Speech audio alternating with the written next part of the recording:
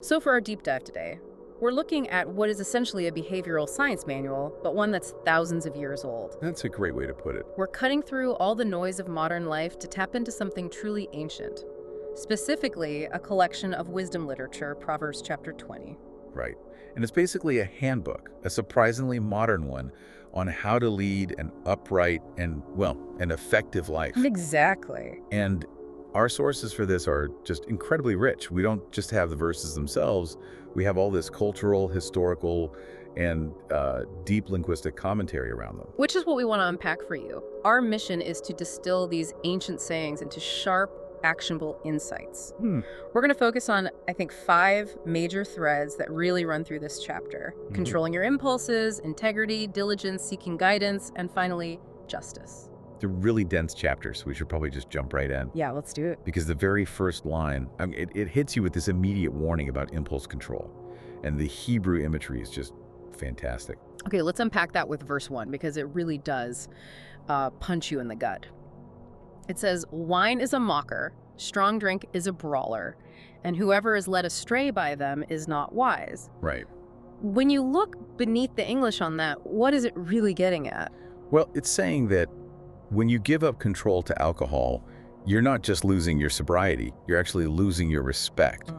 The wine is called letz, which means a mocker, a scorner. The drink itself literally turns the person into the punchline of its own joke. Wow, that's a powerful way to frame it. So it's not just about something stupid you might do while you're drunk. It's that the very act of being intoxicated makes you a figure of scorn. And the strong drink, it's not just rowdy, it's called haya. Haya, yeah, that's a brawler. It's a chaotic, loud, angry fighter who is just looking for trouble. It's the spirit of antagonism itself. So the takeaway, right from the start, is what? It's this.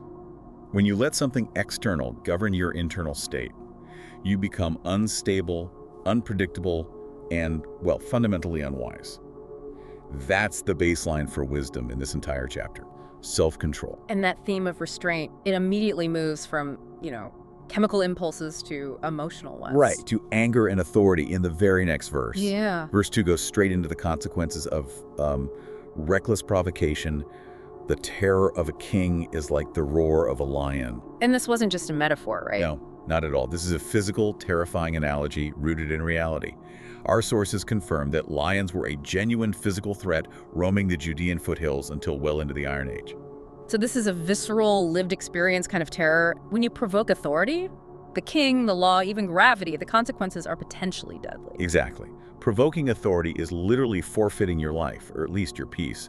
And it logically follows from that. It is honorable for a man to resolve a dispute, but any fool will quarrel. Wisdom seeks resolution. Foolishness seeks a fight. Especially when the odds are completely stacked against them. A wise person knows when to back down and when to engage productively. It's so easy to focus on these big, flashy sins like drunkenness or rage, but the chapter, it quickly pivots to the danger of doing nothing. The danger of inaction. Yeah, it calls out the slacker, the atzel. And this is where the wisdom gets ruthlessly practical for, I think, anyone dealing with procrastination. The slacker, the atzel, he does not plow in season. At harvest time he looks, but nothing is there. The source material points us to the Gezer calendar. That's the ancient inscription, right? Yes, listing all the agricultural months, planting time, harvest time, and so on. It emphasizes that timing is completely non-negotiable for productivity. And that's such a profound, actionable insight for you. It's telling you that diligence isn't just about effort, it's about timing. If you miss that planting window because you were lazy or distracted, no amount of frantic work later during the harvest season is going to give you a result. The principle is simple. Action delayed in the season of preparation guarantees zero return in the season of reward. That's the ancient world's version of why procrastination kills potential. And the text is really clear about the root cause of that inaction. Verse 13, "Do not love sleep, or you will grow poor. Open your eyes, and you will have plenty of food." It's a direct link. Physical laziness leads to financial ruin. The path to poverty is paved with snoozing. It's such a sharp contrast to our culture, which can sometimes glamorize burnout. This text is about diligence and timely action, not, endless, frantic busyness. It's about being productive when it actually matters. But once you control your time and your labor, you still have this other problem, controlling your commitments. Ah, yes, the trap of the rash vow in verse 25. This moves us from laziness to impulsivity in what we say. It is a trap for a man to dedicate something rashly, only later to reconsider his vows. And this isn't just about, say, religious vows. No, it could be anything. Any hasty promise, a marriage commitment, a business partnership, a big loan. What I find so fascinating here is that it's a warning against the emotional high of making the promise itself. Right. You feel good making some big, generous statement, but later, when the reality of that commitment settles in, you realize you've made a huge error. And now you have to buy back your word, which often comes at a great cost. So this whole first segment is really an overarching lesson in impulse control. Absolutely. Restraint over alcohol, managing anger, fighting the inertia of sleep, and controlling that urge to make commitments before you really consider the cost. Okay, so let's shift from controlling our personal impulses to ensuring integrity in our external dealings. Yeah. Because this is where it gets really sharp for anyone today dealing with, online marketplaces, hidden fees, complex pricing. Verses 10 and 23 deal with the cornerstone of ancient commerce. Differing weights and unequal measures, both are detestable to the Lord. And detestable is a strong word. It's a very strong word. Tueva. It's used for things that are fundamentally abhorrent to the moral order. What's fascinating to me is the archaeological proof that this was deliberate fraud. This wasn't just an accident. Oh, absolutely not. The sources confirm that standardized weights existed. They found them, limestone and bronze, stamped with Paleo-Hebrew. So the fact that the verse calls out unequal weights proves this was intentional. It had to be. You'd have a heavy weight for buying goods from a farmer, and then a light weight for selling those same goods to your customer. So the modern parallel isn't just lying, it's setting up a system that is designed to cheat. Exactly. Deceptive marketing, non-transparent algorithms, complex contracts that hide the true cost. The principle is the same. The system you use for measurement must be honest and equal. But the chapter doesn't just scrutinize the seller, it turns the lens right back on the buyer in verse 14. It does, with that classic bargaining tactic. Worthless, says the buyer, but on the way out, he gloats. This is the ancient equivalent of lowballing someone on Craigslist. You know the item is good, maybe even valuable, but you intentionally denigrate it to manipulate the price. And that buyer's character is already exposed right there. The immediate gain comes from intentionally deceiving the seller about the item's true value. It shows integrity is required on both sides of the transaction. Yes, whether you're setting the price or agreeing to it. And the consequence of that deceit is captured in one of the most vivid, painful metaphors in the chapter. The food gained by fraud. Right, it may taste sweet in the moment, but later, his mouth is full of gravel. That phrase for gravel, chatsats, it just paints such a powerful picture. It contrasts the temporary sweetness of deceit, the mirma, with the lasting bitterness of chewing on sand. So while fraud might taste like candy for a moment, the long-term consequence feels like your character is just eroding. Like chewing sandpaper. The reputation you lost is replaced by lasting shame. So if material wealth is, relatively easy to get, even fraudulently gold and rubies are abundant, the text says, what's the thing that's truly scarce? Well, verse 15 shifts our focus completely. It says, lips of knowledge are a rare treasure. The real scarcity isn't material, it's moral. A person whose words are trustworthy, wise, knowledgeable. That is much harder to find than any precious metal. Which brings us neatly to the danger of the person who lacks this treasure. A constant gossiper. The Rakil. Verse 19 warns us, he who reveals secrets is a constant gossip. Avoid the one who babbles with his lips. A reminder that integrity applies not just to money, but to the trustworthiness of our speech. Our ability to hold a confidence. If a person is known for babbling secrets, you just can't trust them. Not with your business, not with your reputation, not with your future plans. They are in active danger. And that focus on the scarcity of trustworthy speech leads us perfectly into our next section, which takes us inward. Right, into the deep waters of the human heart. Into the profound question of understanding motives and seeking guidance.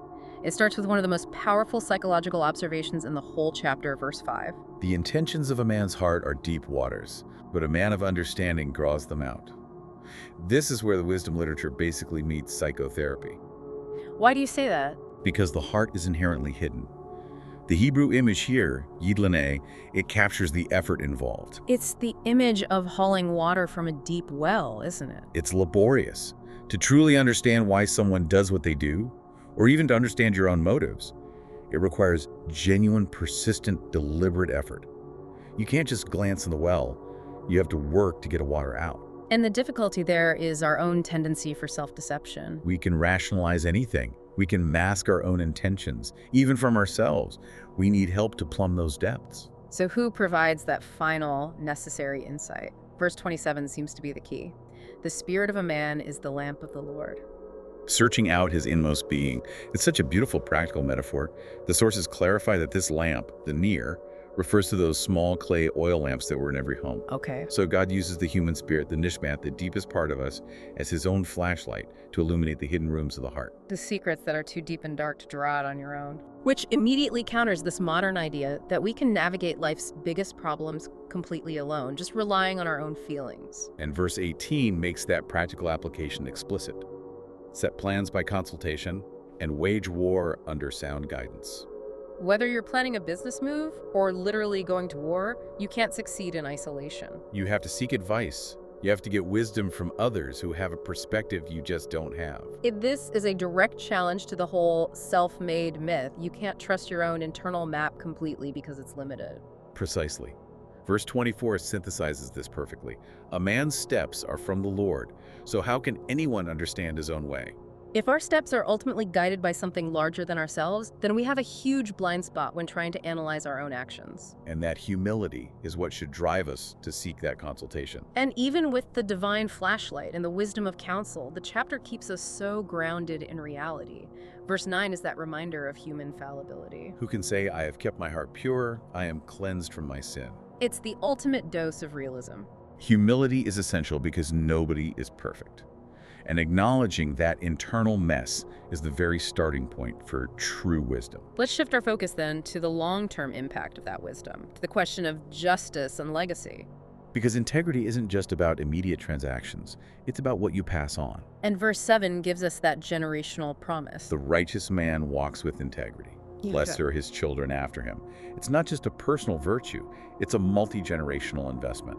The stability and reputation you build are passed on, a foundation of trust for your descendants. And that integrity is an absolute requirement for leadership, specifically for the king's duty to maintain justice. We see that in verses 8 and 26, where the king who sits on the throne to judge sifts out all evil with his eyes. The king's job is proactive discernment. He has to see the wickedness hiding in the marketplace, the corruption in his court, and decisively eliminate it. And the imagery for that decisive justice is so powerful, driving the threshing wheel over the wicked. The threshing wheel, the ophid, was terrifying. It was a heavy, sledge-like board, studded with sharp flint teeth. They'd drag it over grain to brutally crush the husks and separate them from the crop.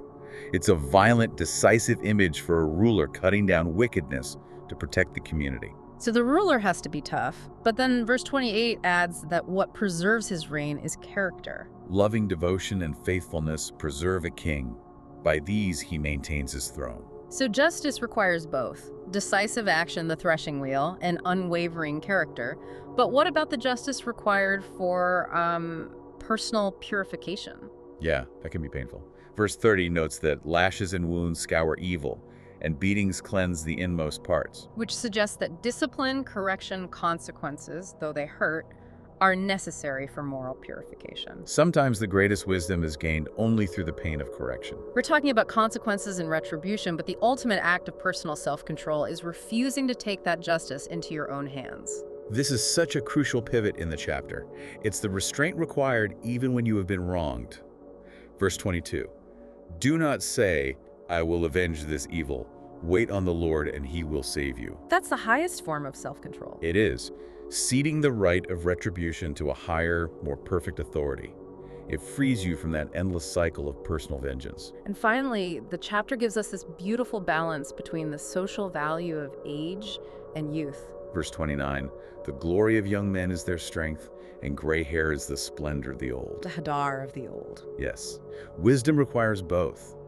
We value the vigor and the new ideas of the young, but we must equally value the hadar, the splendor and accumulated wisdom that only comes with age and experience. A wise society honors both. We've covered a massive amount of ground here, from the intoxicating lets to the painful lessons the chatzats grabble. For you, the listener, the core takeaways from this are so timelessly practical. First, handle your impulses.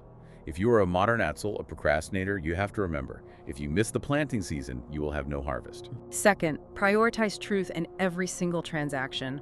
No modern-day unequal weights, whether that's deceptive marketing, hidden fees, or just lowballing someone you know you're ripping off. And third, embrace consultation.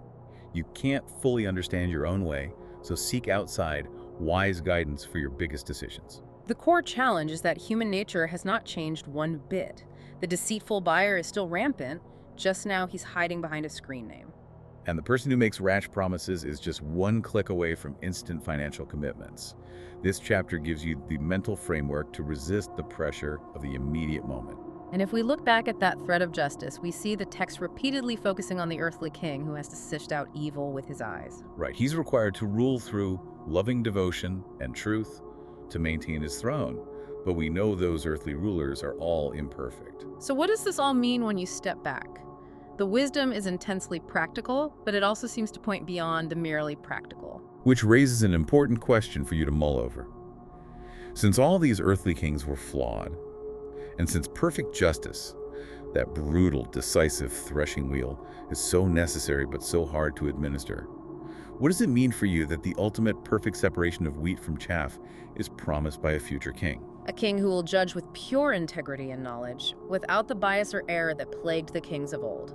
It suggests that even the most painful lessons in self-control and integrity are ultimately preparing us for a reality where justice finally and perfectly flourishes.